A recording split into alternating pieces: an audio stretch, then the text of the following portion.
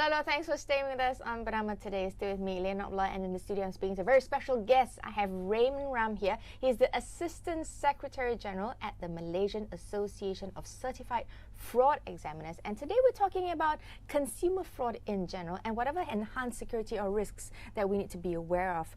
Thanks for coming in today, Raymond. We've been hearing a lot about scams and how Malaysians until today are still, falling for these scams. Perhaps how you can start off is tell us a little bit about what are the most common scams that are still in existence and people are still falling for. Firstly, thank you for having me today. All right. Yes, Malaysians are still very gullible, very naive to all these scams, despite this us fraud. telling them all the time. So I mean, it's sad that when we see the reports, it's over 1,000 reports have been made since last year. Right. Alone. So over a 1 year period. Over a 1 year period. And then we have 9.3% increase in certain, like the ones you hear nowadays, the Macau scam, the parcel scams, the travel package scams, so things like that. What are those? I've not heard of those. Yeah. So before I enter into the details, why are people still falling for it? I mean, again, I would like to highlight three main reasons why people fall for it. The first one would be hope. Yes. Second one, greed. Yes. And then fear. Right. Now the new thing that these scams, these fraudsters are trying to hit you is with fear. Yes. Hence the Macau scam that we'll explain in a while. Yeah. So people should look out for certain red flags and be more proactive when it comes to things like that. Right. Yeah. So essentially, it's of course the greed, the fear, and what was hope. it? And the hope. Yes. Hope that maybe you'll be able to strike big with that. Definitely. Hope that there's a better future, a brighter day the next day. Yeah. I mean, by putting a bit of money, you can get much more. Yes. Yep. That's right. So now tell us about the scams that have been ongoing. We've heard about the Macau scam. It's gotten a lot of press and news. How is that in terms of what's the status on that?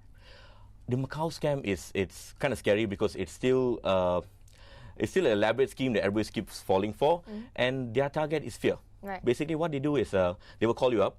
They'll call you up and tell you probably you are wanted for a certain offense, maybe it's money laundering or terrorist financing. Right. Then they tell you, to get out of the scam now, you need to call up this certain number, speak to the investigation officer, and just follow whatever instructions he says. Right. So you, as a normal consumer, as a normal user, you pick up the phone and you freak out. Yes. You're like, whoa, something's going wrong. I don't know whether I did something wrong. Maybe I did, maybe I didn't. Yes. Let me just call up this number and find out what's going on. Yes. The other guy on the other line, when you call back and they give you a certain story and you buy in and you start giving them your personal details, you start transferring cash to certain accounts. Right.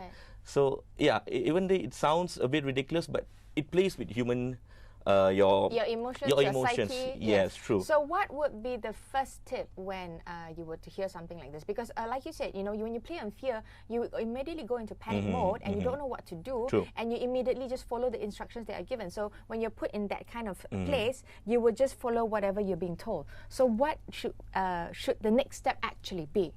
The simple thing is awareness. Yes. When you know things like that are happening, pull back, Yeah. think about what's going on, get the number of the authority that so-called called you earlier. Okay, if they say you were involved in money laundering or something like that, get in touch with Bank Negara. Don't straight away go calling the number that they give you, because that's the bait. So even in certain cases where it's not only you're wanted on the watch list, they even call you and say that your kid has been kidnapped. Oh gosh. Oh, your kid is in school, has been kidnapped, also transfer this amount of money to this account now. Right. So people tend to freak out before even checking with the school if anything would have happened or not. That is terrible. Yes, and people start.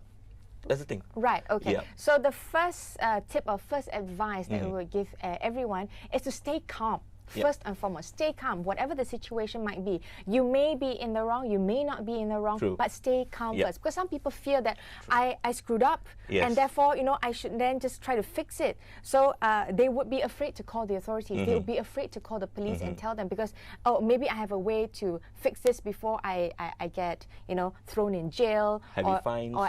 or hefty fines. Yes. If I can pay a small amount, I'd rather pay that small amount than the giant fine of 50,000 ringgit. Yes. So to speak. So look for authority numbers. So I think what we can do is look for, like you said, Bank Negara, if you want to check whether or not you are in any kind of theft fraud. If you mentioned some kidnapping, call the school. Find out whether it's true or not. Fact checking, Yeah, so or at least do some investigation first. Yes. Right?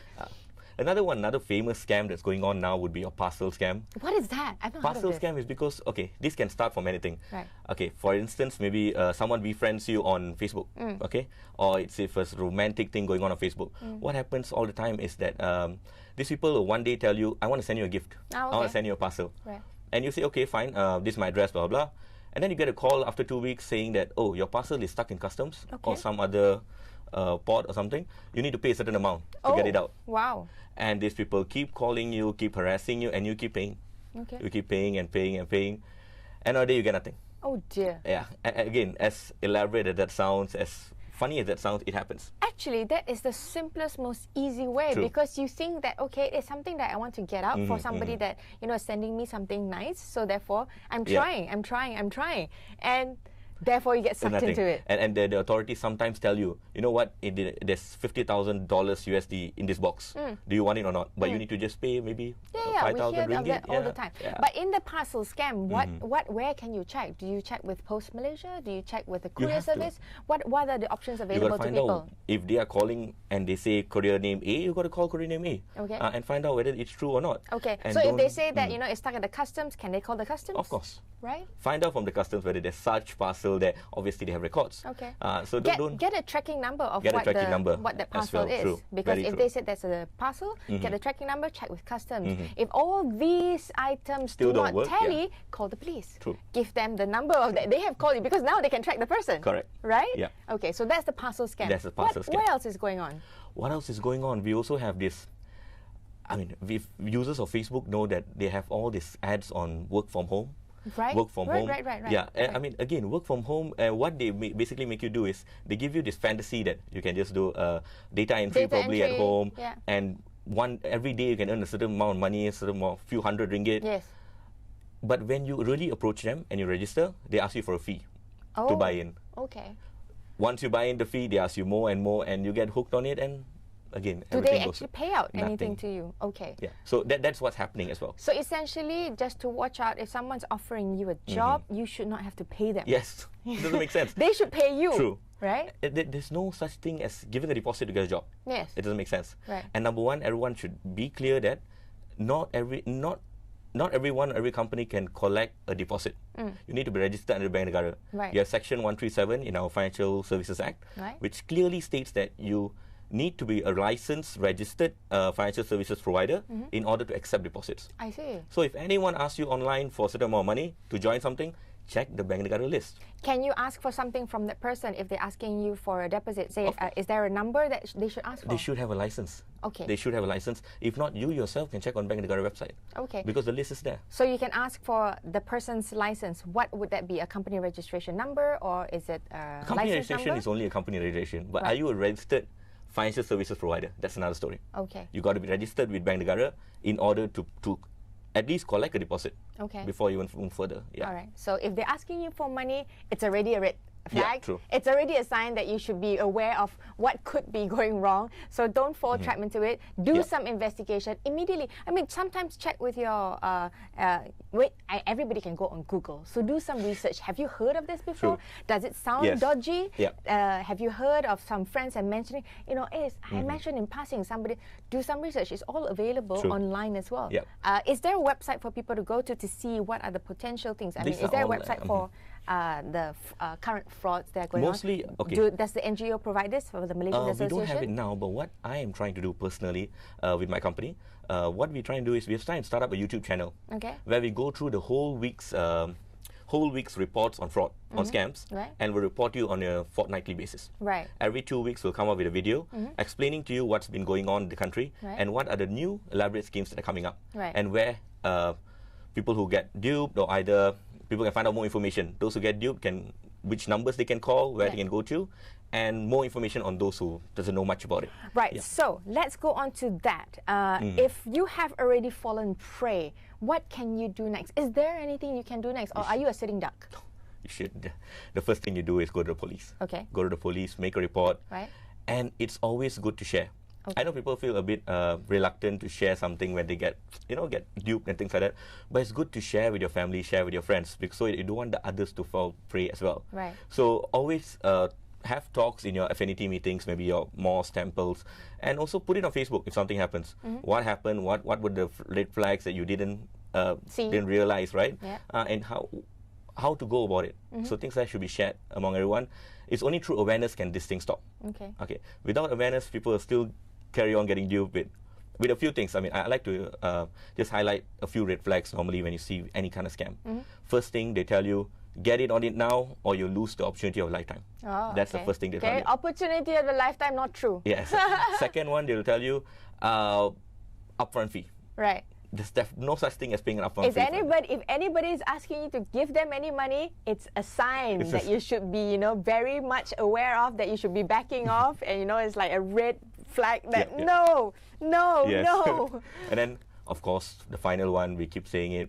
If it's too good to be true, it is. Yes, we constantly say that, but people always feel that they're the lucky ones. Yeah, I understand. Right? They think that they might just be that lucky one that got this amazing opportunity and no one else did, because, the fraudsters are really charming. The fraudsters are really good at this. Otherwise, they would not be getting away with this, right? And sometimes they add it with new testimonials from people that you never met before. Yes. So you will believe that, 5 people have got this amount of money, so why not I try? Yes. So they keep duping you, baiting you in, baiting you. The believability of testimonies. Now, I wanted what I meant when I asked, is there, what's next? Yes, you report to the police.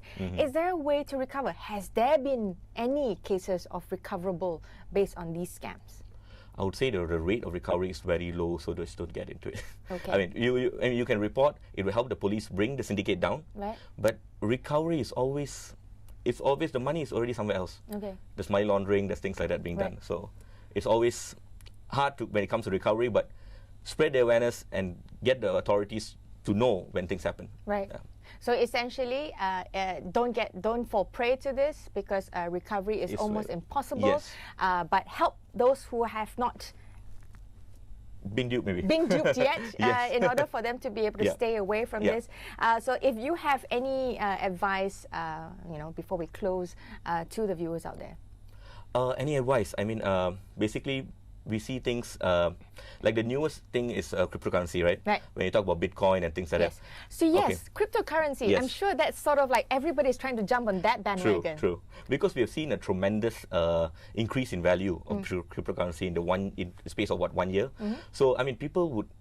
It's open to fraudulent suggestibility of what can be done, and you even might believe certain traders when they are not actually traders. Right. So look out for things like that and be aware of those registered traders, those people that you actually buy it from, and you can trade with.